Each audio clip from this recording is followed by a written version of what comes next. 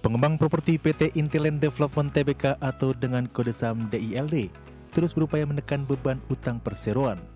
Direktur Utama Intiland Archit Noto Pradono mengatakan posisi utang dan beban bunga terus menurun dalam 3 tahun terakhir.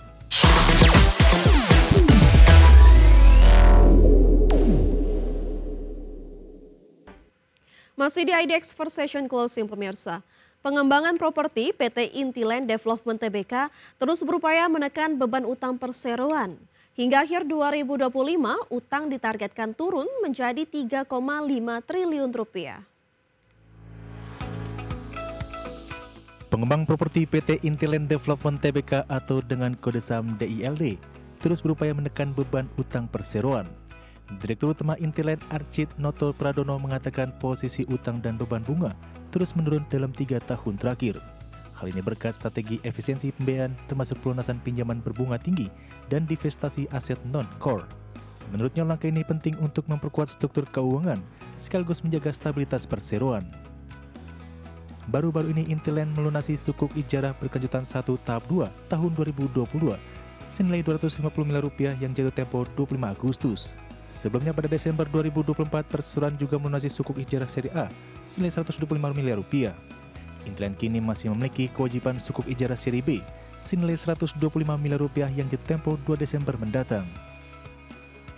Adapun pelunasan ini menjadi bagian dari strategi utama Intiland dalam menurunkan jumlah utang yang ditargetkan tersisa 3,5 triliun rupiah di akhir tahun 2025. Langkah ini sekaligus menjadi upaya nyata perseroan dalam menerapkan prinsip kehati-hatian serta menjaga tata kelola keuangan yang sehat. Berbagai sumber untuk IDX Channel.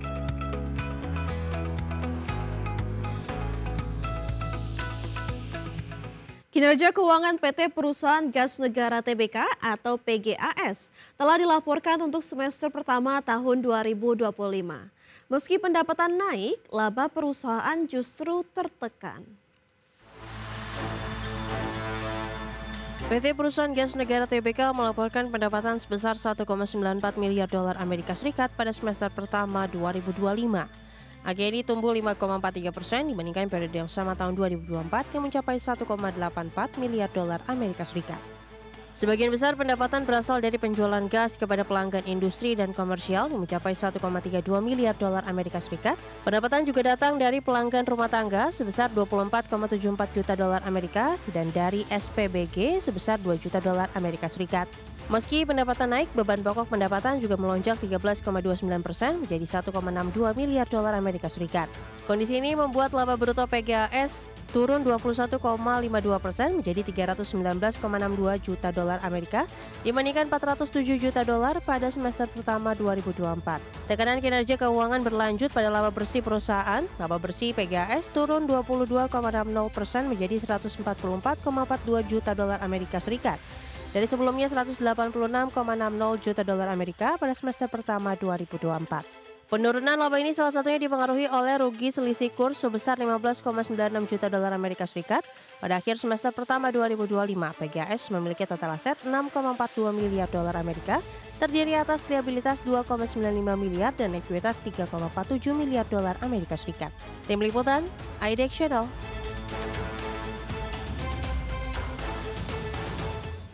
Pemirsa, kinerja PT Alam Tri Resources Indonesia Tbk atau emiten berkode saham ADRO pada semester pertama 2025 tertekan tajam. Laba bersih perseroan anjlok hingga 77% seiring penurunan pendapatan dan melemahnya harga batu bara. PT Alam Tri Resources Indonesia Tbk, emiten berkode saham ADRO yang merupakan emiten afiliasi pengusaha Boy Thohir, melaporkan penurunan kinerja sepanjang semester pertama 2025. Perusahaan membukukan laba bersih sebesar 174 juta dolar Amerika Serikat atau setara dengan 2,83 triliun rupiah. Berdasarkan laporan keuangan, ADRO mencatatkan pendapatan usaha sebesar 857 juta dolar Amerika Serikat atau sekitar 13,92 triliun rupiah. Angka ini turun 18,6% dibandingkan periode yang sama tahun lalu yang mencapai 1,05 miliar dolar Amerika Serikat. Kontribusi pendapatan ADRO didukung dari penjualan ke pihak ketiga sebesar 234 juta dolar Amerika Serikat serta jasa pertambangan sebesar 393 juta dolar Amerika Serikat. Meski beban pokok pendapatan turut menurun 3,5%, laba bruto Adro tercatat merosot hingga 38% secara tahunan.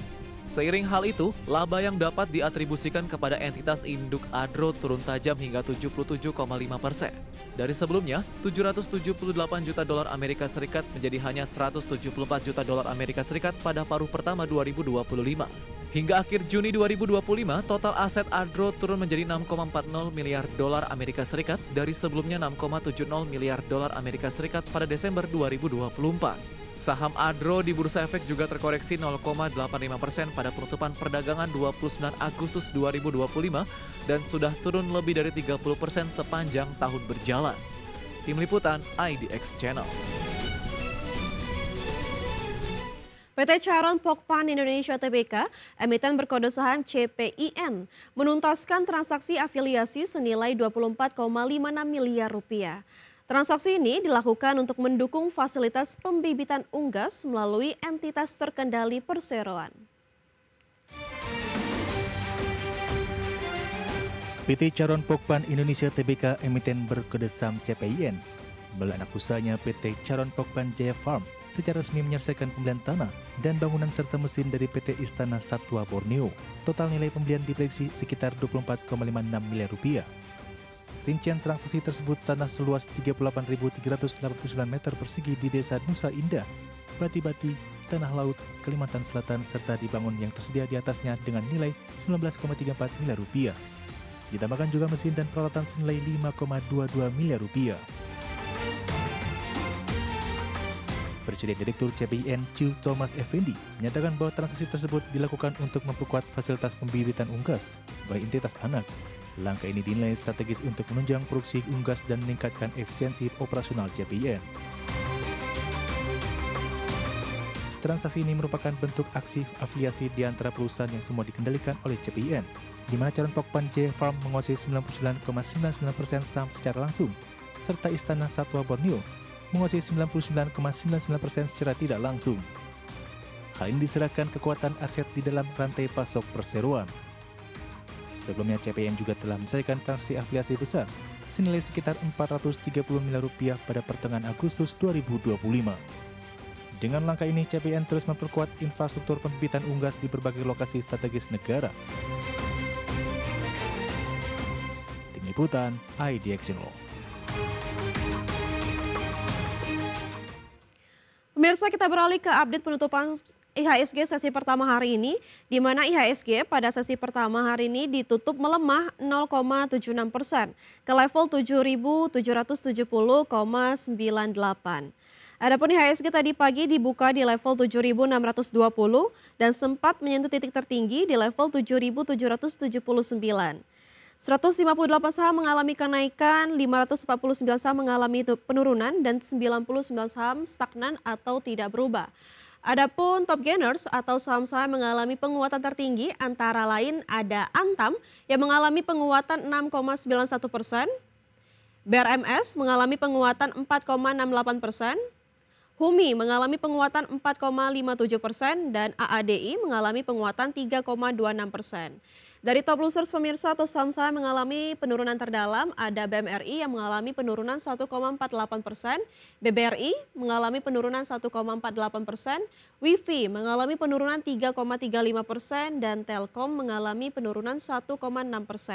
Sementara dari pergerakan sektoral pemirsa, kesehatan dan industri sama-sama mengalami kenaikan di 2,24% dan 1,21%. Sementara transportasi dan logistik mengalami penurunan di 1,69%. Begitu juga dengan keuangan yang mengalami penurunan di 1,57%.